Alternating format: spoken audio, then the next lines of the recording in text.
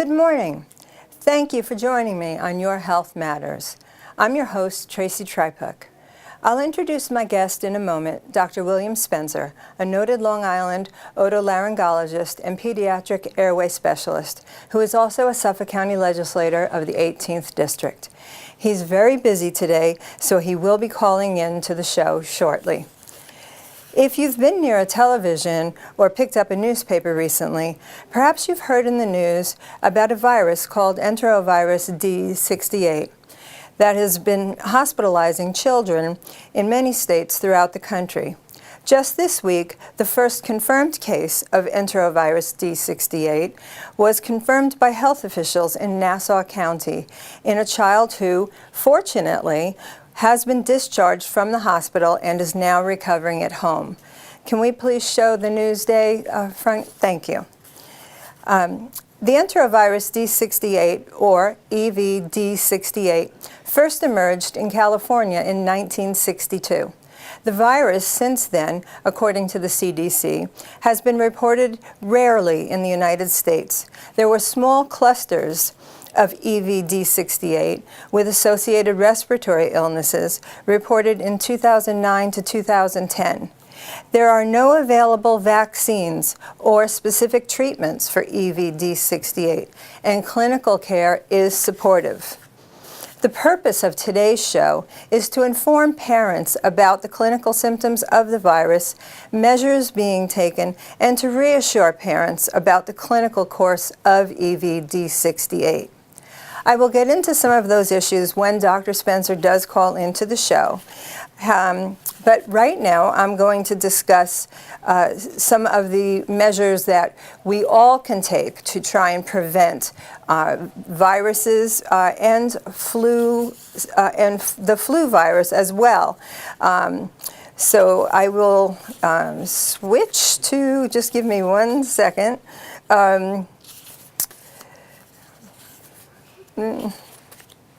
Okay.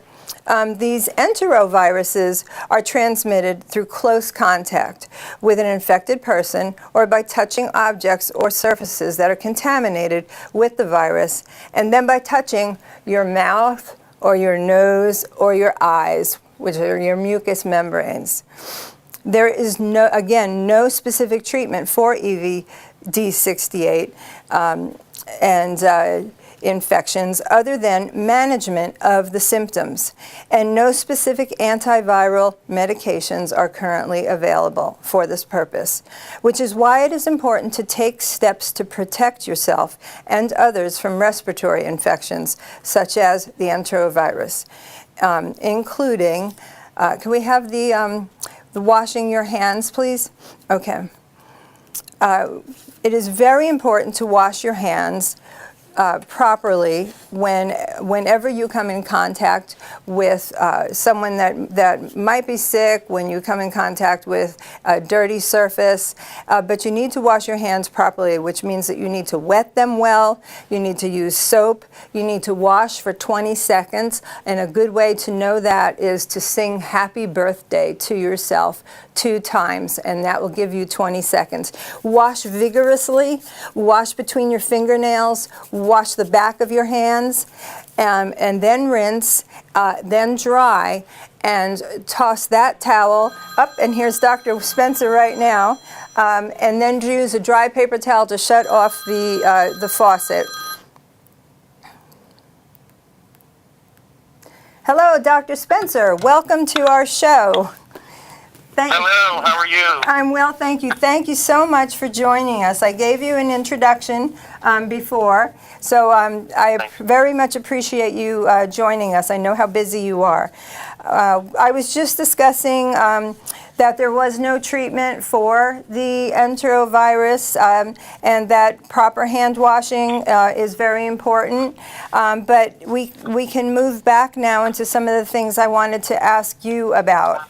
I noted that there were 140 cases nationwide in 16 states, last that I read. Can you talk about in New York State anything about how many cases or symptoms that the signs and symptoms of the virus? Certainly. First of all, Tracy, thank you for inviting me to be on the show. I really appreciate really your advocacy. It's known throughout Suffolk County in terms of what you do for public health. It's really an honor to be here. In my specialty as a pediatric otolaryngologist, I have the privilege of taking care of a lot of children. So this particular virus, the Enterovirus D68, is of significant concern. And that number changes every day in terms of what we're seeing around the country. And as of yesterday, it's gone up to 153 cases in 18 states that have been confirmed. But my concern is that that number may be grossly underestimated because this particular condition is not a reportable condition. Right. And the way that the symptoms present, a lot of people may have it, and it may be undiagnosed. So particularly what we're seeing is we saw recently yesterday that we've confirmed the first case here on Long Island. We see a sporadic amount of cases throughout the New York City region. I think a couple of dozen cases at this particular point in kind of the tri-state area. But that number is constantly in flux. But as you stated, which is important, which a lot of people may not be aware of, the Enterovirus D68 is a non-polio virus, and it's different from the rhinovirus, which is typically the virus that causes the common cold, is because the rhinovirus is very fragile, and it doesn't survive the GI tract, whereas the enterovirus, not only can you get it through respiratory droplets, but it can survive through the GI tract. And that's important, and that's extremely important because traditionally a lot of health professionals, families, parents, we really rely on hand sanitizers to kind of protect against the common cold, and this relies on taking advantage of alcohol. But these viruses that are able to survive the GI tract, well, hand sanitizers won't be quite as effective. And so this is why the recommendation that for people is that they wash their hands with soap and water for 20 seconds. And so we have to look at surfaces, especially like changing diapers, because it can be inside of excrement as well as I mentioned before, respiratory droplets. So that's the big message. And can you talk just for a moment about the susceptibility of young children who have underlying respiratory illnesses and such as asthma? Certainly. One of the interesting things that we see with most colds is that a lot of times we'll see a fever that's associated with it. But this virus is different. That in many cases there's no fever. A lot of the symptoms are that we'll see with mild symptoms are runny nose, sneezing, cough, and there can be a little bit of a fever. But what this virus does, it has a dramatic impact on the respiratory tract, and so the symptoms that we're seeing are respiratory distress, coughing, and kids that typically don't have asthma or having asthma-like symptoms where they're having difficulty moving air. And so, in addressing your question specifically, it's in the population that would be more immunocompromised, so young children. We really see the target between children 12 and under, but it can affect teens and it can affect the elderly. So this particular population are more likely to not practice personal hygiene when we talk about kindergartners and school. So that's one reason why they're at risk. But another reason is that their immune systems aren't quite as developed, or their immune systems in the elderly may be somewhat compromised.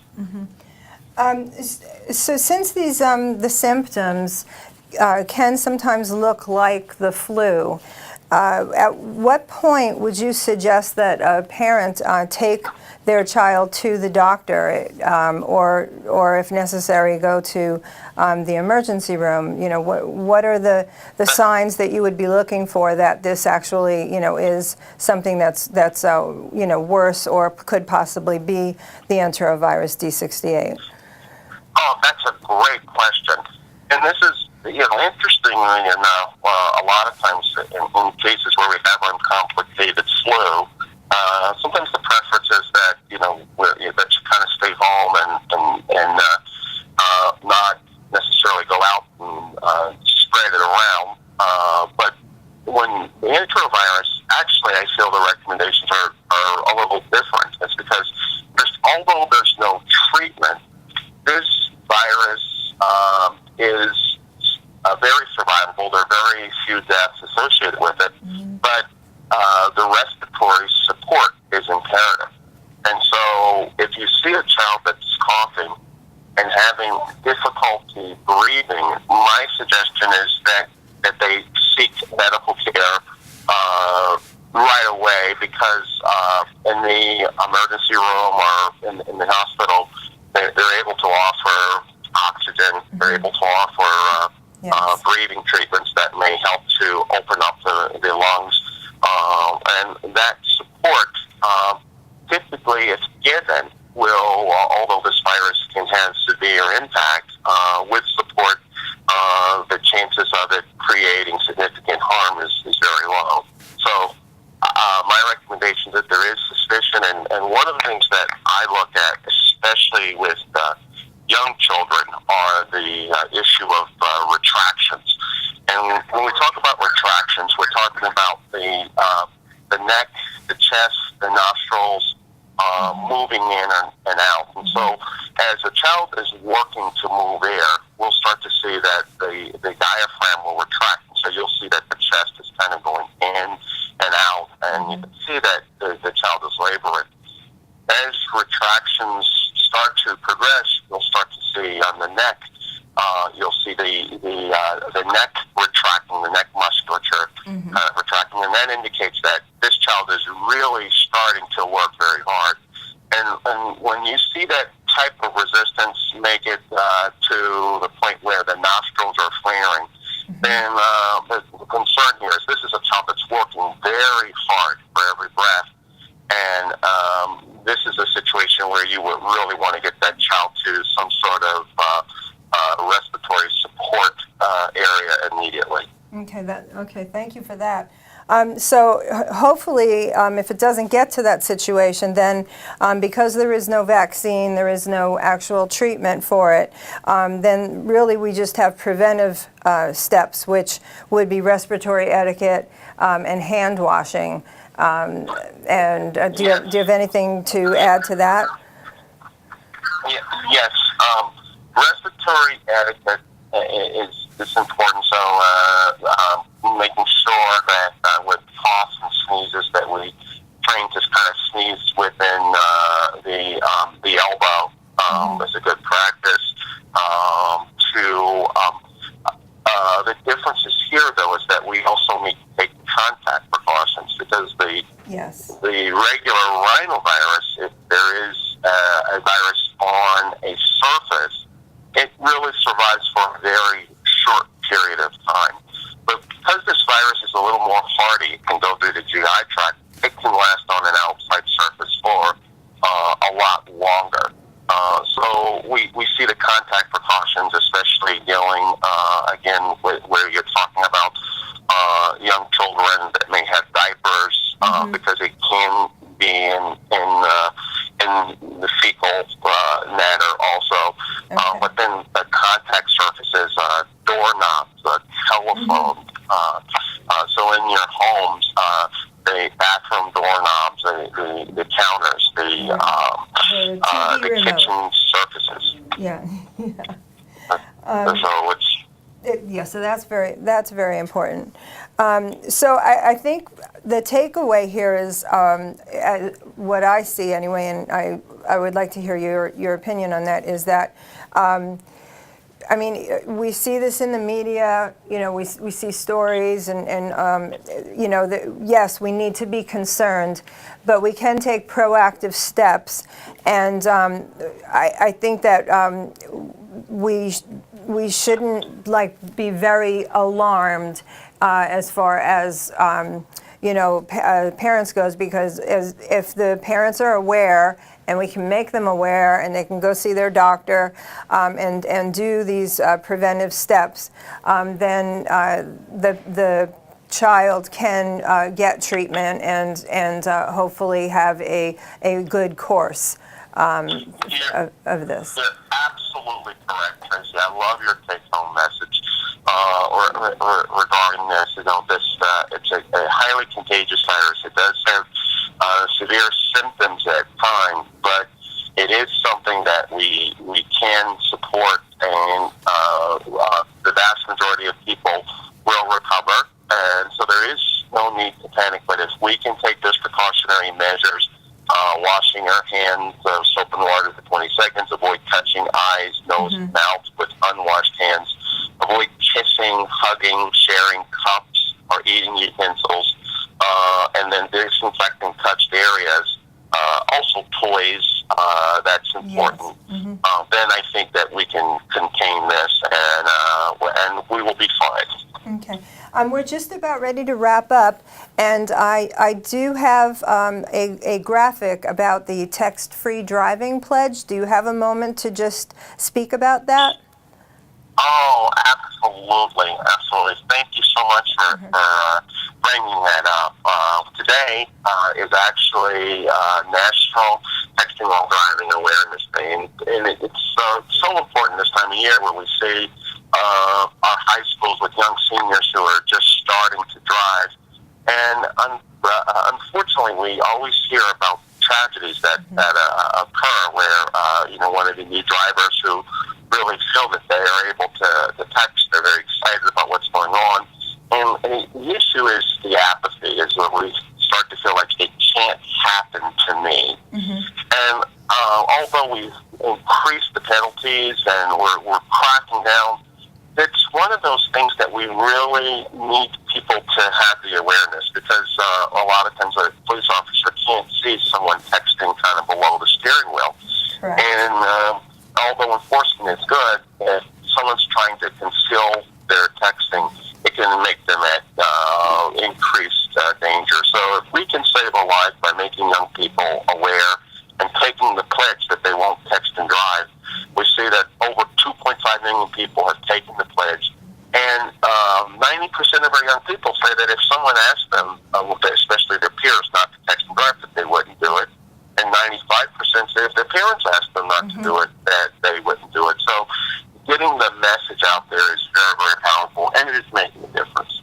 Well, I thank you for you know, getting that message out there and sharing it with the young people. I know it's on your website, and I appreciate you doing that. I greatly appreciate you taking the time this morning. I know you have a very busy day, and I really thank you for coming on the show this morning.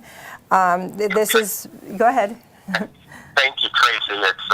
I'm very fortunate to have the privilege of working with you. You are a true advocate, and your work has saved countless lives. And as a legislator, we're very fortunate to have you in Suffolk County. So thank you. Oh, well, thank you. Thank you so much. I appreciate that. This has been Dr. William Spencer, a noted Long Island otolaryngologist and pediatric airway specialist, who is also a Suffolk County legislator from the 18th District. Thank you so much, Dr. Spencer. I really appreciate you coming on. Bye-bye. Take care. You too. Bye-bye. Thanks. Bye. And thank you all for joining us. I hope that you learned something about the Enterovirus D68. You can always go to the CDC website to learn more about it. And again, I thank my guest, Dr. William Spencer, and I thank you all for joining us today on Your Health Matters with Tracy Trypuc.